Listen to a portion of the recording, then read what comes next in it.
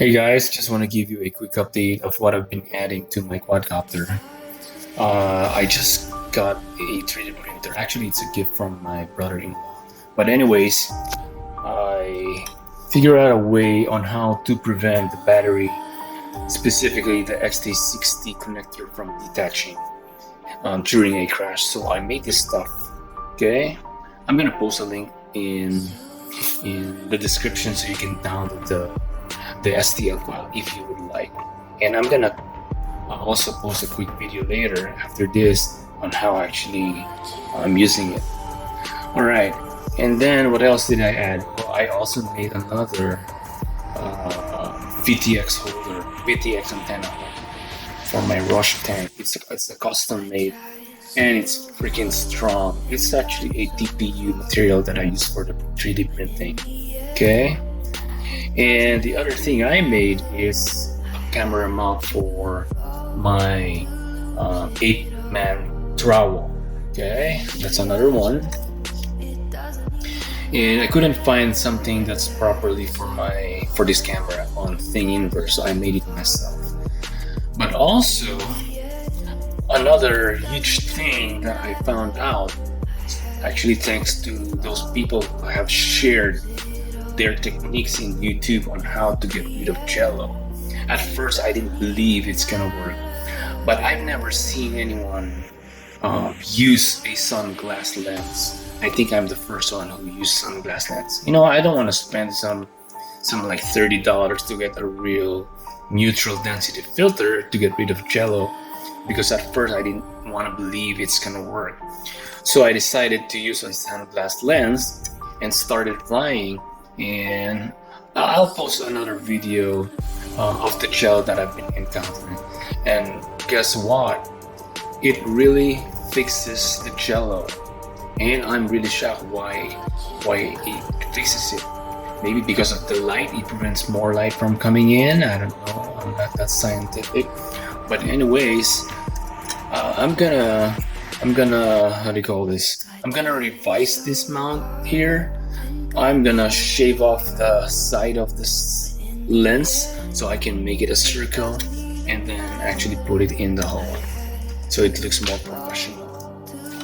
And this thing, if you're asking, it's just my GPS TBS M8 GPS module. It's nice, especially when trying to find where your drone landed. And that happens always to me. I always have a hard time finding it, especially when I'm flying on a big land. Anyways, let's head out to my 3D printer and I'll tell you what it is so you can see what it is. Alright? Later. Alright guys, I'm back and I'm just showing you how I'm using the how should I call it? XT60 connector lock, maybe. And yeah, I'm referring to this thing here. Okay. But yeah, this one is in action. So you can see how I'm actually preventing this thing from sliding, because there's like a wall. Okay, that's a wall. I call it a wall.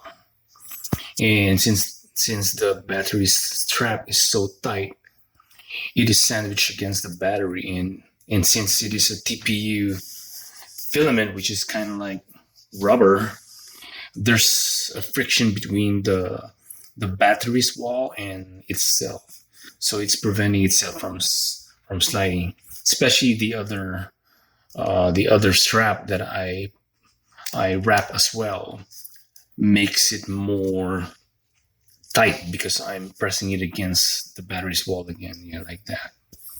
And I've been so happy with this setup because, like what I said, not every time, maybe about 85% of the time when I crash, I would lose signal from the battery, from the camera, and I would just see noise on my goggle.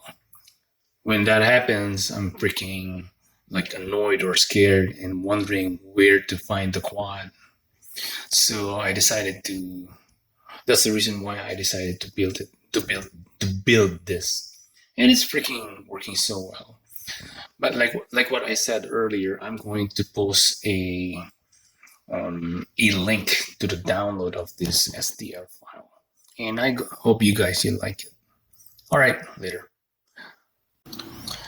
All right, guys, I'm back. This is the 3D printer that I built, and I have so many patches that I had to apply, like this duct tape here, because it keeps on the rod keeps on rotating, and the rod is not straight. And I also had to put some reinforcement, which is 1x2 wood, which kind of it actually looks so bad, but it does the job so well. This guy here, this brown thing, original plate was actually bending a lot. So the print always had issues, specifically when stepper motor misses steps. These are some of the things that I've printed, which I downloaded from thinginverse.com. But this one I made it from scratch. Okay, it is my initial real camera, but this is quite heavy, so I had to get rid of it. And like what you saw earlier, it's a different, thinner Apeman mount now.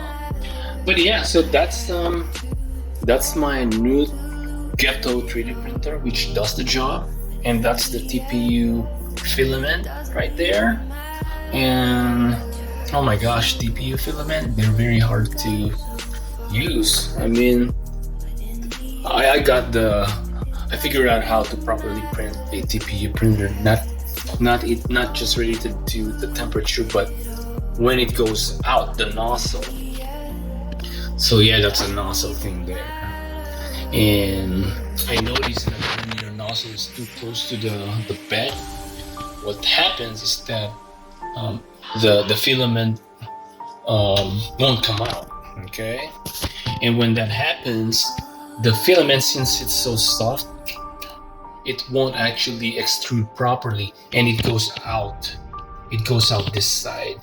Okay, so it starts like spaghetti, and then it goes out here, and then you're wondering what's going on. It's not printing properly anymore. So what I had to do, is my tip that you can implement, is that you need to put some good enough clearance between the bed and the nozzle. All right, and then even if it's too far from printing, just adjust the bed manually, and then until the filament that's coming out of the nozzle is properly sticking to the bed. So that's how I'm doing it now, and it's always been 100% success. Yep, these are just my DevOps stickers that I got from conferences like Kubernetes, Amazon Web Services, which is cool. So, and it's the way it looks sucked before, because it was just a plain wood. Yeah, like that. Okay. So I think putting it this way, you know what? I don't know. It looks better. But anyways, all right. Here's the video, which I captured really beautiful sunset. All right, and if you watch out for shaking, I don't see anymore, maybe because of some bit tuning that I have to do. But Jello, they're gone. They're really fixed. I'm really extremely happy about it. All right, cool guys. Here's the video later. Thanks.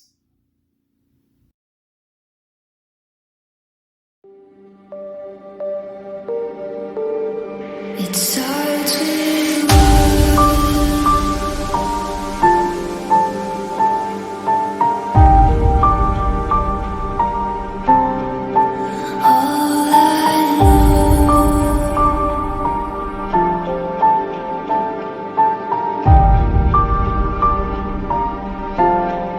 so unreal.